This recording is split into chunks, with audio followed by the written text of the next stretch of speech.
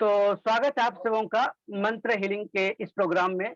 हम लोग ये एक ऐसा प्रोग्राम को रखे हैं जिस प्रोग्राम के अंतर्गत हम लोग बहुत ही सारे चीजों पर हम लोग डिस्कशन यहाँ पर करेंगे। आज हम प्रारंभिक चरण में आज हम इंट्रोडक्शन देंगे इसके बारे में, क्या है, कैसे काम करती है, क्यों काम नहीं करती, कहाँ पर हम लोग मिस कर देते हैं, किन किन बातों का हमें ध्यान रखना है, इन सारे तथ्यों के ऊपर चर्चा की जाएगी। सभी लोग ऑडियो म्यूट रखेंगे। बाकी बात, ये लेसन रिकॉर्डेड होगा और ये लेसन आपको, इसके लिंक आपको मिल जाएगी। एक अलग यूट्यूब चैनल पर इस रिकॉर्डिंग को अपलोड किया जाएगा। वहां के मदद से आपको उसके लिंक के जरिए आप इसको पुनः देख पाएंगे। हर एक लाइव सत्र रिकॉर्डिंग होगी और अब अपलोड किया जाएगा। लेकिन जो मंत्र होगा, जो मंत्र आपको एक्टिवेट करना है, जिस मंत्र पर प्रोसेस करनी है, वो मंत्र आपको व्हाट्सएप ग्रुप के जरिए दिया जाएगा, क्योंकि वो हम पब्लिकली अनाउंस नहीं कर सकते। तो उसका आपको स्वयं प्रैक्टिस करनी होगी। वो मंत्र हम आपको भेजेंगे और उसका हम ऑडियो बना करके भी हम आपको देंगे। ठीक है, तो चलिए शुरू करते हैं। तो हम लोगों का ये प्रोग्राम का नाम है मंत्र हीलिंग साधना। ये मंत्र हीलिंग साधना क्या है? 1 मिनट।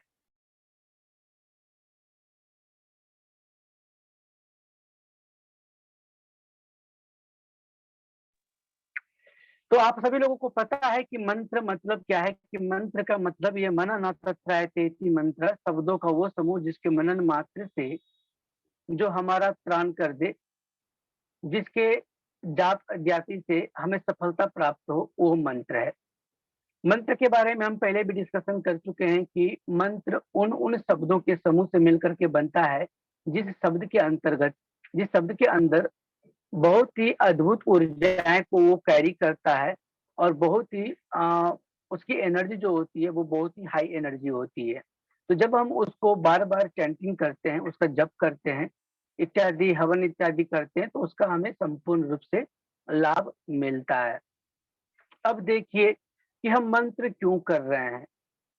देखिए, ध्यान में प्रवेश करने के लिए हमें मंत्रों से होकर के गुजरना होगा। बिना मंत्र के हम गहन ध्यान में हम प्रवेश नहीं कर सकेंगे, क्योंकि हम सभी लोग अष्टांग योग के ऊपरी 6 भागों को हम लोग ध्यान नहीं दे रहे हैं। ना सब लोग यम नियम का फॉलो प्रॉपर रूप से कर पा रहे हैं, नहीं आसन कर पा रहे, ना प्राणायाम कर पा रहे, ना ही प्रत्याहार पर किसी का फोकस है, और ना ही कोई धारणा है, ना ही आपके अंदर, ना ही हमारे अंदर एक किसी पर्टिकुलर थिंग्स के ऊपर हमारे अंदर डिटर्मिनेशन है। अतः अगर ध्यान में प्रविष्ट करना है, ध्यान में प्रवेश करनी है, तो हमें मंत्रों की मदद से होकर के जाना होगा। अब क्यों मंत्रों से होकर के जाना होगा? वो इसलिए क्योंकि हमने बताया कि संसार में दुखों का कारण 3 प्रकार की अग्नि है, त्रिताप, जिसको कि कहा जाता है दैहिक, दैविक, भौतिक। इसके ऊपर गोस्वामी तुलसीदास जी लिखते हैं, दैहिक दैविक भौतिक तापा, राम राज नहीं कहो व्यापा। अर्थात ये 3 प्रकार की अग्नि हैं, 3 प्रकार के ताप हैं, जिनके प्रभाव से ही हम अपने जीवन में दुख हमें होता है, हमें कष्ट होता है।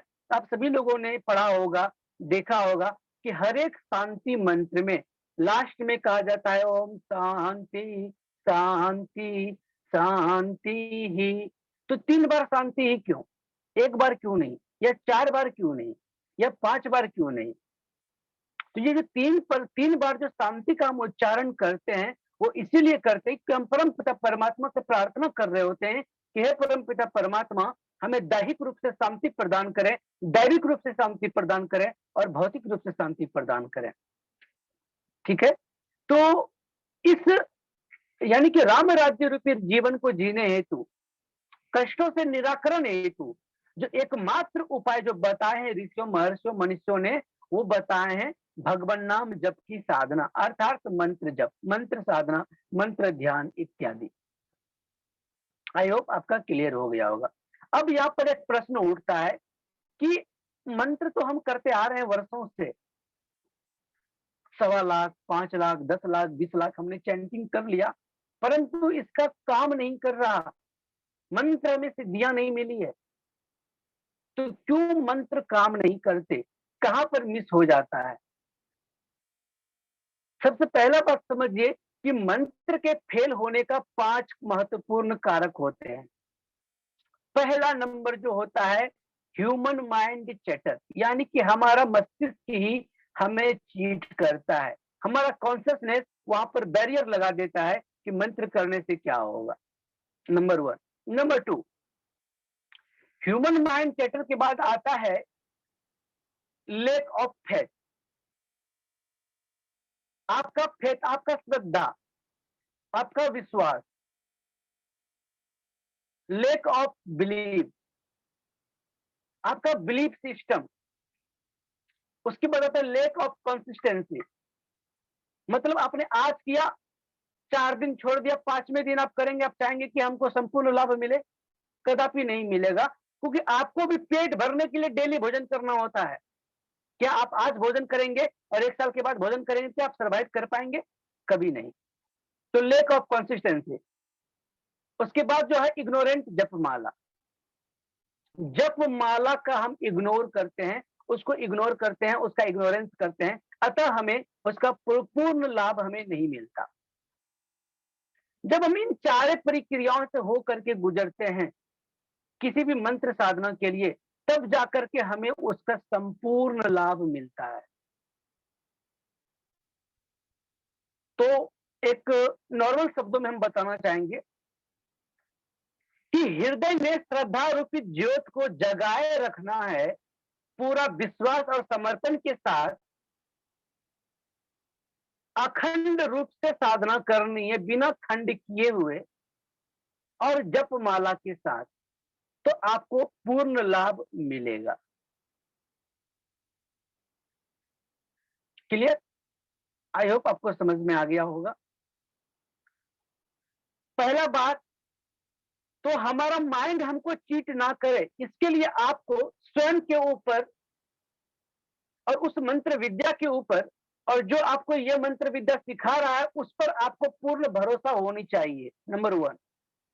नंबर 2, आपको स्वयं को नहीं छलना है, किसी और को आपको नहीं छलना है, आपको पूरा श्रद्धा रूपी ज्योत जगाए रखना है। किसके साथ? तो समर्पण और विश्वास के साथ। आपका संकल्प दृढ़ होनी चाहिए, सुदृढ़ होनी चाहिए, डिटर्मिनेशन कम नहीं होनी चाहिए। अगर आपने अनुष्ठान आरंभ किया है तो प्रति दिवस आपको अनुष्ठान करना चाहिए, जितना दिन का आपने संकल्प लिया है। अगर आपने 11 दिन का संकल्प लिया है तो आपको 11 दिन करना है। और हाँ, एक बात का स्मरण रखिएगा, जपमाला को इग्नोर मत कीजिएगा। अगर इन सारी प्रक्रियाओं से होकर के गुजरेंगे तो आपको संपूर्ण लाभ मिलेगा। आप चाहे कहीं से भी कोई भी मंत्र का अनुष्ठान करेंगे। आई होप आपका क्लियर हो गया होगा। अब हम बात करते हैं इसी सिलसिला में कि हम साधना तो करते हैं, ठीक है, साधना करते हैं, जप करते हैं, इत्यादि करते हैं, हवन करते हैं, पूजा पाठ करते हैं। किस लिए? तो बाहरी शक्तियों को जागृत करने के लिए। चाहते हैं कि हमें माँ काली का शक्ति जागृत करनी है, माता दुर्गा का शक्ति जागृत करनी है, हमको भगवान शिव की शक्ति जागृत करनी है, या फिर हमको भगवान दत्तात्रेय का शक्ति जागृत करनी है, या फिर हमको श्री गणेश की शक्ति जागृत करनी है। उनकी शक्तियों को जागृत करने के लिए ही तो हम साधना करते हैं। उस शक्तियों का जागरण तब तक संभव नहीं हो पाएगा जब तक कि आपके पितृ आपसे खुश ना हो। नंबर 1। नंबर 2, जब तक आपके कुल देवी और कुल देवता का आशीर्वाद आप पर नहीं होगा तब तक वो शक्तियां जागृत नहीं होंगी। और साथ ही आपके ग्राम देवता और आपके स्थान देवता, जो आपके चौराहे पर देवी देवता वास करते हैं, यानी कि आपके जहां पर आप रहते हैं उसके चौराहे पर, उस ग्राम का, उस एरिया के जो स्वामित्व करते हैं। और पंच परमेश्वरी यानी कि पंच परमात्मा, पंच तत्व, जब तक इनकी ब्लेसिंग्स आपके साथ नहीं होगी तब तक कोई भी शक्तियां आपके पास जागृत नहीं हो पाएगी, क्योंकि ये शक्तियां उन शक्तियों को आपके पास आने देगा ही नहीं। अब आप बताइए, एक एग्जांपल के तौर पर, हम कोई भी कार्य करने के लिए संकल्प लेते हैं, संकल्पबद्ध होते हैं किसी भी कार्य करने के लिए, तो पहले हमें क्या करना होता है? हमें अपने परिवारजनों से उस पर बात विमर्श करनी पड़ती है। अगर घर के होम मिनिस्टर ने अगर एग्री किया तभी आप उस काम को करते हैं। अब बताइए, आप बाहरी शक्तियों को जागृत करने के लिए आप तत्पर हैं, आपने आपके कुल के ही शक्तियों को आपने भोग नहीं दिया, उस पर ही आपका ट्रस्ट खो गया, उस पर ही आपने विश्वास नहीं किया, तो कहाँ से वो शक्तियाँ जागृत होंगी? अतः हम हमेशा कहते हैं, अगर आपको कुछ भी नहीं आता, तो कम से कम 3 एक्स्ट्रा दीपक अलग-अलग प्रज्वलित अवश्य करें। किनके नाम? एक पितृ देवता के नाम, एक कुल देवता के कुल देवी के नाम और एक स्थान देवी के नाम। स्थान देवता या ग्राम देवता को एक साथ आप लेकर के चल सकते हैं। अगर आप समर्थ हैं, तो आप पंच परमेश्वर यानी कि पंच परमात्मा के लिए भी आप एक दीपक दान कर सकते हैं। लेकिन कम से कम एटलीस्ट 3 दीपक का तो दान अवश्य होनी चाहिए और 1 दीपक आपके आराध्य के लिए। अगर कुछ नहीं करना चाहते। एक बात बताना चाहेंगे कि जिनको सर्वाइकल का प्रॉब्लम हो या जिनको बैक पेन हो या जिनको घुटनों का दर्द हो, ये जितने सारे प्रॉब्लम्स जो होते हैं, वो कुछ ना करे, केवल वायु मुद्रा बना करके बैठे और केवल ओम कुल देवता भ्यो नमः का जाप करे, देखिए उनको संपूर्ण लाभ मिलेगा। क्यों? वहां से क्या होता है कि आपके अंदर जो भी भाव हैं, आपके अंदर जो भी फीलिंग्स दबे हुए हैं, वो वहां से निकलना शुरू हो जाता है। कब? जब आप अपने कुल देवी या कुल देवती की आराधना करते हैं। अगर आपको कुल देवी कुल देवता के बारे में अगर आपको पता है, तो वो अच्छी बात है। अगर नहीं पता है, तो केवल ओम नमो कुल देवताभ्यो नमः या ओम नमो कुल देवी भ्यो नमः, आप इसका चैंटिंग आप कर सकते हैं। अगर नाम है, तो आप उनका संपुटिक लगा सकते हैं। जैसे कि हमारे कुल देवता श्री नरसिंह भगवान है, तो हम लोग करते हैं ओम ह्रीम ह्रीम नरसिंहाय कुल देवताभ्यो नमः और ओम पितृदेवताभ्यो नमः। तो ऐसा होना चाहिए। ऐसा करने से क्या होगा कि जो भी कार्य करने के लिए आप तत्पर हैं, जिस भी कार्य करने के लिए आप संकल्पबद्ध हैं, आप आगे की ओर अग्रसर हैं, आप कर रहे हैं, तो उनमें आपको तत्काल सफलता मिलती है, तत्काल आपको रिजल्ट मिलता है और वो कार्य आपका कभी मिस नहीं होगा, आपका कभी फेल नहीं होगा।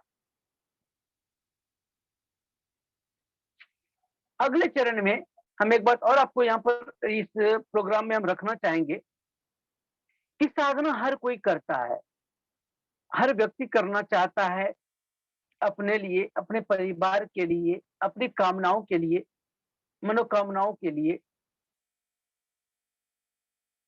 जब संकल्प लिया जाता है, तो कहता है कि हम धनवान बने, हम रोग मुक्त हो, हमें आरोग्य मिले, हम संपत्तिशाली बने। किसी एक पर्टिकुलर दिशा का हम संकल्प ले लेते हैं। सपोज हमने आपको हथियार दिया और हमने कहा कि इस हथियार को तुम जिधर चलाओगे, उधर तुमको इस हथियार से जहां पर वार करोगे, वो वार तुम्हारा सटीक जाएगा। अब आप बताइए, जो आप साधना कर रहे हैं, जो मंत्र ऊर्जाओं का आराधना कर रहे हैं, वो ऊर्जा जो आपके पास आया, आपने जो संकल्प लिया किसी पर्टिकुलर कामना के लिए, तो आपने उसको दिशा दे दिया ना। तो क्या हुआ कि केवल उसी दिशा में वो कार्य करेगा। अतः जो लाभ आपके शरीर के लिए चाहिए, जिस शक्तियों को जागृत करने हेतु आप साधना कर रहे हैं, तो वो शक्ति कहीं बाहर जागृत नहीं होगी, आपके अंदर वो शक्तियां जागृत होंगी। तो क्या आपकी वो शक्तियां जागृत हो पाएंगी? नहीं हो पाएंगी। क्यों? क्योंकि आपने क्या किया, आपने उस ऊर्जाओं को दिशा दे दिया किसी एक पर्टिकुलर एंगल पर, किसी एक दृष्टिकोण में। अतः जब भी आप साधना करें, संकल्प जरूर लें। आरोग्य के लिए संकल्प लें, समृद्धि पुष्टिवर्धन के लिए संकल्प लें, लेकिन उसके बाद किसके लिए संकल्प लें? तो उस ऊर्जाओं को आत्मसात करने के लिए, उन ऊर्जाओं को समर्पित करें किसके प्रति? तो स्वयं के प्रति।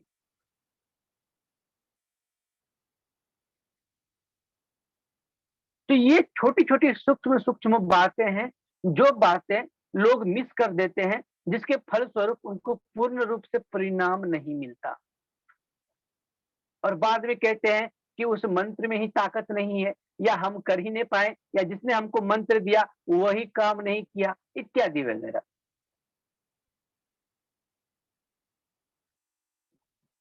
अब आते हैं कि मंत्र साधना करने से पूर्व हमें शुद्धिकरण का विशेष महत्व रखना है। तो शुद्धिकरण का मंत्र ओम पवित्रम पवित्रो व सर्वमस्तम गतुपिवा स्मृत पुंडरीकाक्षम सम व्याप्तम सुचेत, इधर जो मंत्र है इस मंत्र को आप लोग कंठस्थ कर लीजिए। हम आप लोगों से कहना चाहेंगे कि आप लोग मंत्रों का अनुसरण करें, हर कार्य करने के लिए आप मंत्र उच्चारण करें। फॉर एग्जाम्पल, आप जब सो करके उठते हैं तो क्राग्रे वस्तु लक्ष्मी कर्म जय सरस्वती कर मूले तू गोविंद प्रभाते कर दर्शनम, उगते हुए सूर्य को देखते हुए कनक वर्ण महातेजम रत्नमाला विभूषितम प्रातः काले रवि दर्शनम सर्पा विवोचनम। स्नान करने के लिए अमी सरोवर ज्ञान जल हंसा पटे कंचन मुख कर्म धर्म मिट जाए, या गंगे चव यमुने सरस्वती वाला मंत्र का चेंजिंग कर सकते हैं। खाने के लिए ओम सहना वस्तु सहनो भुनक्तु सवीर्यम करवा वह तेजस्विना वदित वस्तु अमा विद्विषा वह, ओम शांति शांति शांति। शांति पाठ डेली जरूर करना चाहिए। तो ये कुछ डेली रूटीन के मंत्र हैं जो हमने ऑलरेडी आपके ग्रुप में सेंड किया हुआ है।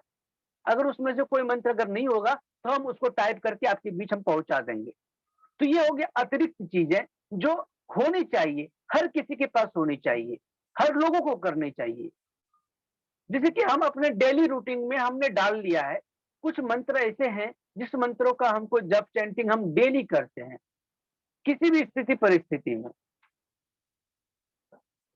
अनुष्ठान के लिए आचमनी लेना बहुत जरूरी है। आचमनी क्या करते हैं कि जल अपनी अंजलि में लेते हैं, ओम केशवाय नमः पी लेते हैं, ओम गोविंदाय नमः पी लेते हैं, ओम नमो नारायणाय नमः।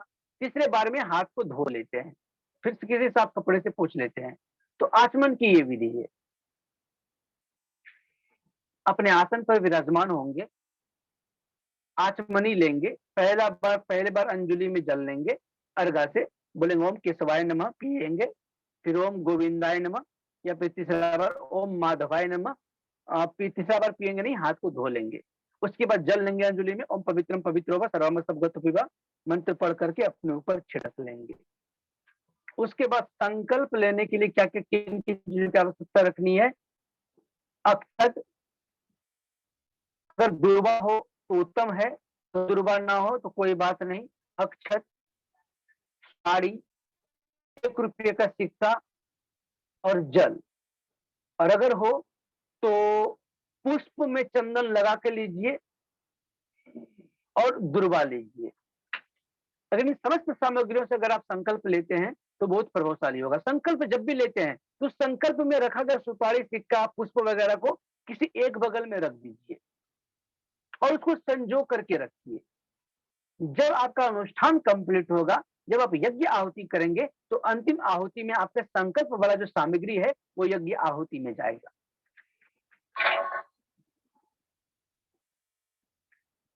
ठीक है। अब आते हैं न्यास, करण न्यास, अगन न्यास क्या है। तो न्यास, अगन न्यास, करण न्यास, हर एक मंत्र, हर एक साधना का अपना बहुत ही बड़ा विधान है। लेकिन हम यहाँ पर ये नहीं कहेंगे, हम यहाँ पर आपको बस इतना ही समझाना चाहेंगे कि जिस भी मंत्र का आप चैंटिंग करेंगे,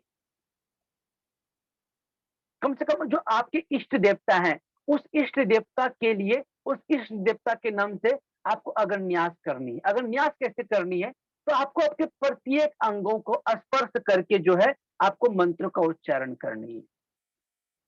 हम एक नॉर्मल जो नित्य कर्म पूजा पाठ का जो विधि विधान है उस आधार पर हम आपको न्यास आदि की प्रक्रिया का हम डिटेल हम आपके समक्ष रखेंगे, हम आपको भेजेंगे।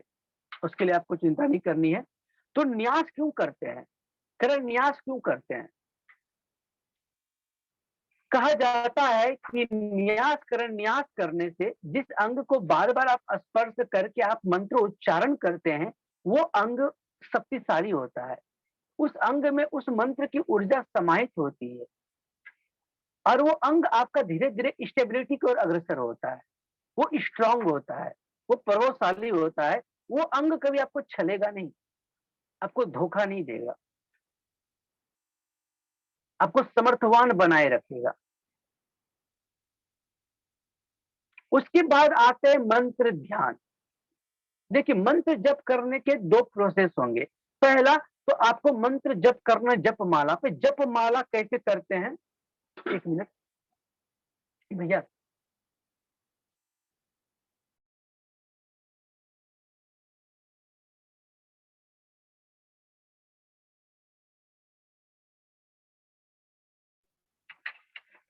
देखिए माला कैसे करते हैं, मान लीजिए ये माला है, इस माला का जो ये पर यहाँ पर जो लाल वाला है, और इसके जो अंत में, यानी कि इस एक माला में टोटल 109 मनके होते हैं, 108 मनके की माला होती है। और ये जो एक माला, एक दाना है, एक माला है, इसको सुमेरु कहा जाता है। मंत्र जप के समय में सुमेरु को कभी क्रॉस नहीं करना चाहिए, अतः वो माला आपका विफल हो जाता है। और मंत्र जप करते समय हमें हमेशा हमारा जो रिंग फिंगर का हमें इस्तेमाल करनी चाहिए। कैसे जप माला करेंगे, तो जप माला जब भी करेंगे तो हम अपने रिंग फिंगर पर रखेंगे, और इसको इस उंगली, यानी कि इस उंगली के सहायता से हम मंत्र के माला के मनके को हम घुमाएंगे। ध्यान रहे, आपका ये कनिष्ठा उंगली और ये आपका इंडेक्स फिंगर, ये दोनों स्पर्श नहीं करने चाहिए। इस प्रकार से मंत्र जब करेंगे, जब इस प्रकार से टोटल हो जाएगा, मान लीजिए कि हम एक से अधिक माला जब कर रहे हैं, तो जब हम लोग यहाँ पर ऐसे आ जाएंगे, यहाँ पर आ जाएंगे, जब यहाँ पर हम आ जाएंगे तो 108 माला पूरा हो जाएगा, सुमेरु के पहले का दाना। उसके बाद हम इसको क्या करेंगे, ऐसे घुमा देंगे। हमेशा स्मरण रखिएगा, सुमेरु को और इसको क्रॉस नहीं करना है। जैसे ऐसे हमने किया, अब हमको अगला करना है, तो इस उंगली के सहायता से क्या करेंगे, हम माला को ऐसे घुमा देंगे, और पुनः हम अपने मंत्र के मनके को हम आरंभ कर देंगे। कंटिन्यू चलता रहेगा, इसी प्रकार से चलता रहेगा। एक उंगली से कर सकते हैं, अंगूठा से अगर कर सकते हैं तो कर सकते हैं, अगर नहीं हो सकेगा तो हम इन दोनों उंगलियों की सहायता से हम मंत्र की माला को इस प्रकार से घुमाते चले जाएंगे। ठीक है, तो माला इसी प्रकार से किया जाता है। दूसरा बात, माला का जो आप चुनाव करेंगे वो कोई एक माला का चुनाव करें, या तो लाल रक्त चंदन की माला का उपयोग करें, या फिर आप उपयोग करें तो रुद्राक्ष की माला का। क्लियर, तो माला यहाँ पर हो गया, तो माला करनी है। उसके बाद देखिए, जब किसी एक माला से आप लगातार जब आप करेंगे ना, तो हम एक बात बताना चाहेंगे साधक मित्रों, कि मेरा अनुभव है कि माला जो है वो आपके डाउजर की तरह काम करता है। आप अपने माला से कोई भी प्रश्न आप पूछ सकते हैं, वो आपको क्लॉकवाइज या एंटी क्लॉकवाइज घूम करके वो आपको जवाब देगा। एक डाउजर की भांति का काम करता है। स्मरण रखिएगा, जिस भी माला का आप उपयोग करें, वो माला आपके अतिरिक्त कोई अदर व्यक्ति स्पर्श ना कर पाए। अगर करता है तो आपका किया गया पुण्य, आपका की गई अर्जित वो ऊर्जा जो माला अपने अंदर स्टोर करके रखा है, वो कोई और व्यक्ति लेकर के चला जाएगा। ये छोटी छोटी बातें हैं। इसके बाद इस पद्धति में आपको यहाँ पर हम कुछ विशिष्ट मंत्र हम आपके समक्ष रखेंगे, कुछ विशिष्ट मंत्र आपके समक्ष रखेंगे। वो मंत्र जो है आपको करना है, उस मंत्र को आपको त्वरित करना है, उस मंत्र को आपको एक्टिवेट करना है, जिसके साथ आप लोगों का कल्याण कर पाएंगे। उसके बाद यहाँ पर हम एक तत्व श्वास की ऑलरेडी हमने आपको डिटेल्स लिंक हमने भेज दिया है। जो नए लोग ज्वाइन किए हैं उनको पुनः से हम एक बार रीसेंड कर देंगे सारे कंटेंट को। देन उसके बाद हम आपको यहाँ पर एक क्रिया सिखाएंगे, सर्प क्रिया। श्वसन श्वसन का एक ऐसा क्रिया, जो क्रिया आपको आपकी क्लींजिंग को करते हुए आपको अध्यात्म की पथ की ओर आपको अग्रसर करेगा। इसके बाद हम आपको एक एक करके मंत्र देंगे, मंत्र आपको हम भेजते चले जाएंगे, उस मंत्र का उच्चारण करवाएंगे। जब मंत्र चैंटिंग आप करने लगेंगे, तब उसके बाद हम आपको मंत्र ध्यान की ओर अग्रसर कराएंगे, जो कि हम आपको लाइव में मेडिटेशन कराएंगे। बाकी बात जो डिटेल है वो हम व्हाट्सएप ग्रुप पर भेजते रहेंगे। और अभी हम क्या कर रहे हैं कि अभी जनरली अभी आपको ग्रुप में हम नवरात्र का डे 1 से लेकर के आपको हम डिटेल्स भेज रहे हैं। इस नवरात्र में जो आपका अनुष्ठान देखिए, अनुष्ठान आप कभी भी कर पाएंगे। जैसे कि जो नरसिंह भगवान का मंत्र आपको प्रोवाइड करेंगे, उस मंत्र को आप एक्टिवेट आप एक दिन के अंदर कर पाएंगे। कब? जब श्री नरसिंह जयंती होगा। तो आपको किसी विशेष मुहूर्त में आपको करना है। तो इस नवरात्र में जनरली हम आपको डे बाय डे हम अपडेट देंगे नवरात्रि साधना के लिए। नवरात्र में माता रानी को क्या भोग लगाएं, लेकिन इस 10 दिन का जो हम ड्यूरेशन रखे हैं, इसमें हम आपको डे बाय डे हम आपको कुछ इसी प्रकार से हम जानकारियाँ हम आपको प्रोवाइड करते रहेंगे, हम आपको डिटेल्स में बताते रहेंगे। हम 1 दिन में हम ज़्यादा नहीं ले जाएँगे ताकि आपको समझ में आना चाहिए। ये वीडियो आपको मिल जाएगा, इस वीडियो को आप पुनः देखें, समझ लें, नहीं होता है तो आप इसके नोट्स बना लें और अगर उसके बाद भी कहीं पर कोई त्रुटि रह जाती है, समझ में नहीं आती, तो आप हमें कॉल करके पूछ सकते हैं। कल हम चर्चा करेंगे स्तोत्र के ऊपर, किन स्तोत्रों का साधना, किस स्तोत्र को हमें जप या किस स्तोत्र का पाठ हमें अवश्य करने चाहिए, जो हमारे जीवन में हमें महानतम ऊँचाई की ओर हमें ले जा सकता है। ठीक है? आज के लिए इतना ही, अब हम रिकॉर्डिंग को यहीं पर रोक देते हैं। अब टाइम रनिंग ऐसे आउट हो चुका है।